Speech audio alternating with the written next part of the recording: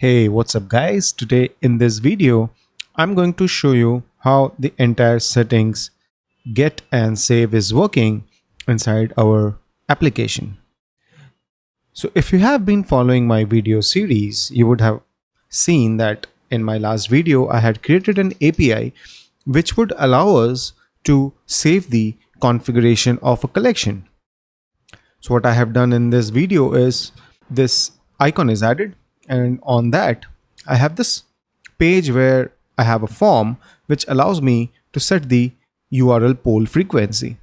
So I have this drop down which has a pre-populated value, and if the database already has a value, then it will show up over here. For example, if I go to SQL Pro, this is my collections table. I have a collection underscore settings. If the value is, let's say 5, I go to collections, come over here.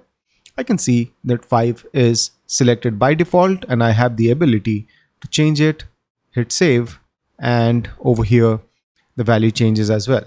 Now, yes, I haven't shown the success message, something which I need to do on a global level, but yeah, this is what I have done so far. To understand how this is done, let's first understand how I have created the entire component structure.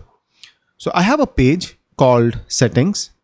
Okay, let me open up the React toolbar. I think this is a great way of looking at your component structure and understanding what is happening. So I have collection settings page. This collection settings page will be responsible for calling the information from the database.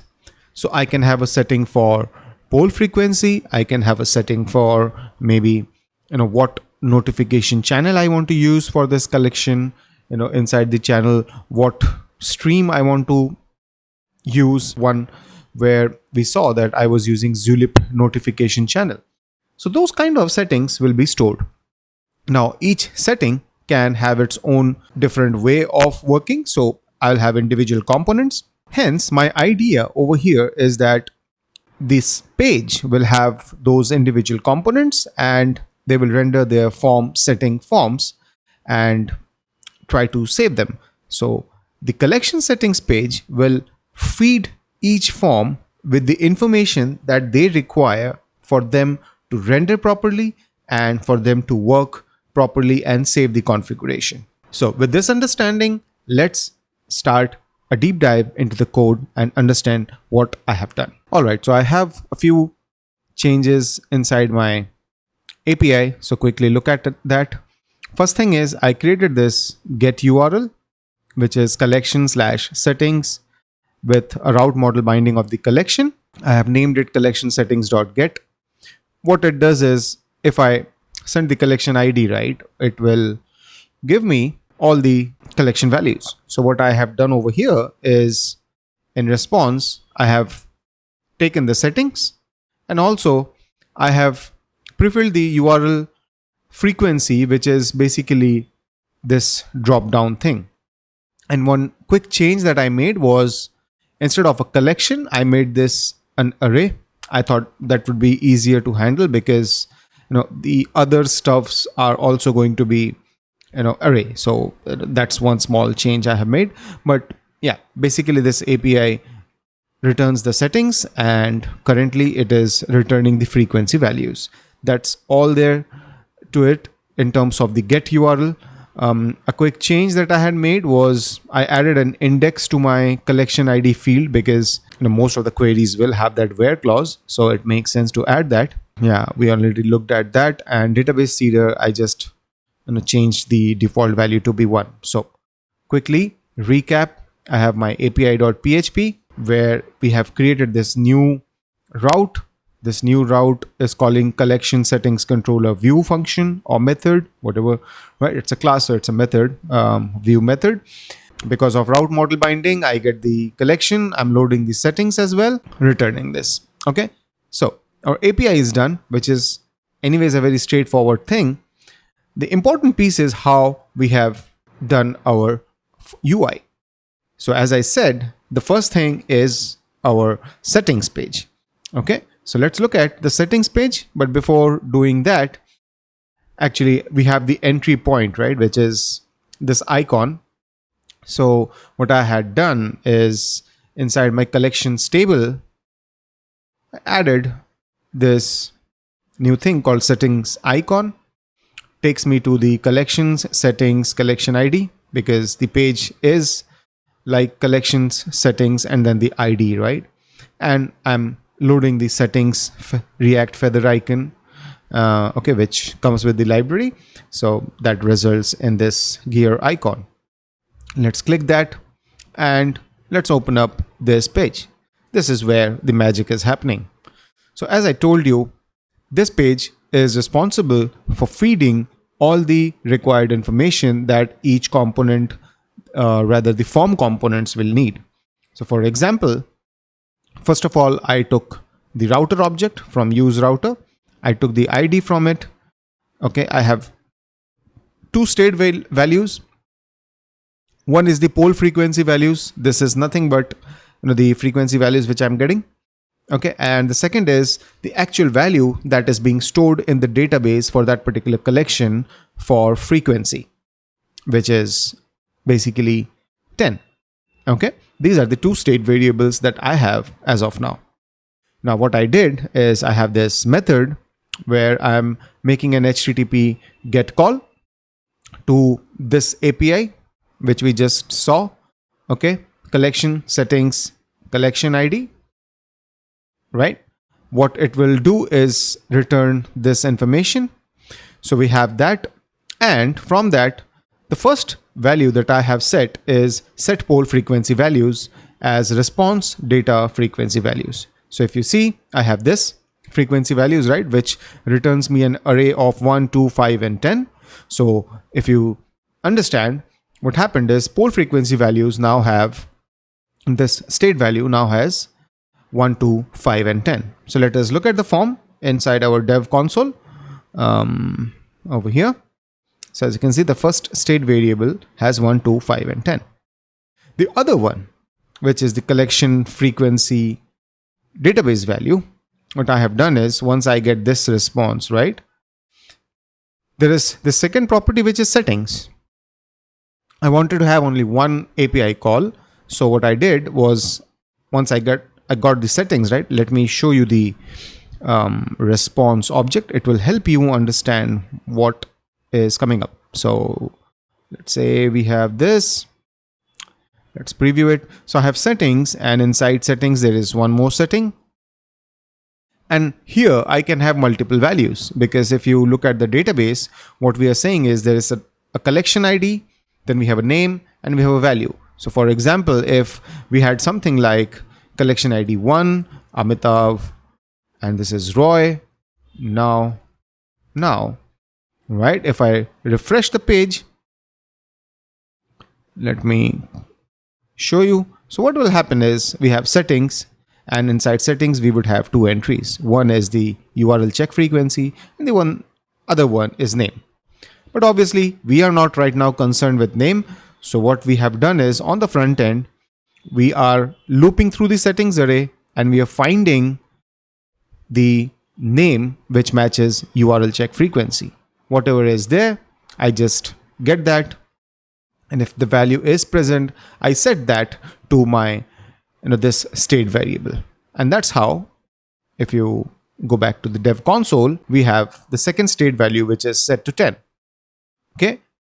Now, if I go down, we have some basic checks. For example, if the ID is present, I call this function so that this function can get the ID value and make that API call. And then we have our basic markup. We have the page title, breadcrumbs, stuff which we have done quite a few times. But here we have our pole frequency settings form. In here, what does this form need? It needs three things. One is the collection ID. Second is the pole frequency values to populate the the drop down. Okay. And the third is obviously the collection frequency, which is the database value that is currently present. It can be an empty value, but the value, if present, should be passed to the form. So now let's move on to our form and see what is happening. So I have interface, these three things which are coming from here, right? So the props are expected in this particular format. Now I have iValues interface, which is nothing but the initial value. I have kept the URL check frequency to an empty value, but then I have this export poll frequency form, that syntax, and I have destructured the props from here. And then I have this state variable. Why? Well, because I have a drop down, right? And the drop down values are going to change. So I need to capture that. So I have the poll frequency, which is the current selected drop down value. And I have the function, because it's a state variable, right, to set that value.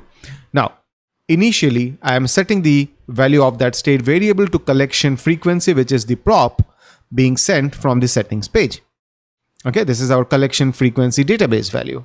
So in this particular page, when we are over here, right, this value will come as 10. So my poll frequency is set to 10. Okay, we have a form submit, which we'll look at later. We have a use effect where I am setting the poll frequency state variable to collection frequency whenever there is a change in collection frequency. Because what happens is this value will not immediately be 10. It will take some time to get the value because the database call will be made through an API call. So I have to have that use effect over here. Then we have very straightforward form element. I have the Formik thing. Initial values is defined. I have the on submit, okay, which we will talk about in a bit. Then we have the form tag, headings, stuff very straightforward. We have done this quite a few times. And then I have my drop down. If I have poll frequencies, and if my poll frequency is not null, I create this select field, and then I set the value of this select field to be the database value, which is coming to this particular component. Okay. And on change, I am setting the state value, state variable value to whatever is the current selected target value. Okay. And then we have the rendering of our options. Pretty straightforward. So the value is here.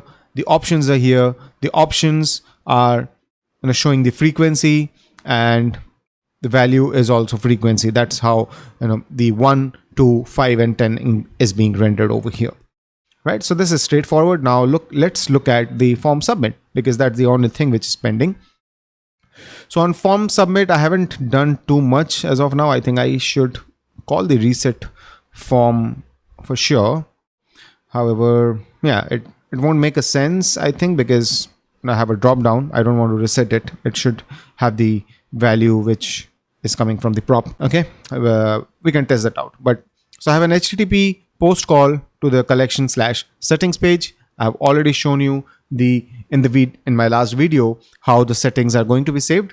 So I am sending the collection ID, the name. This form is working with URL check frequency. So this is hard coded. I don't see this as a problem. And then value is poll frequency. So if I come over here, based on our validation rules, these are the 3 things required. So we are in business.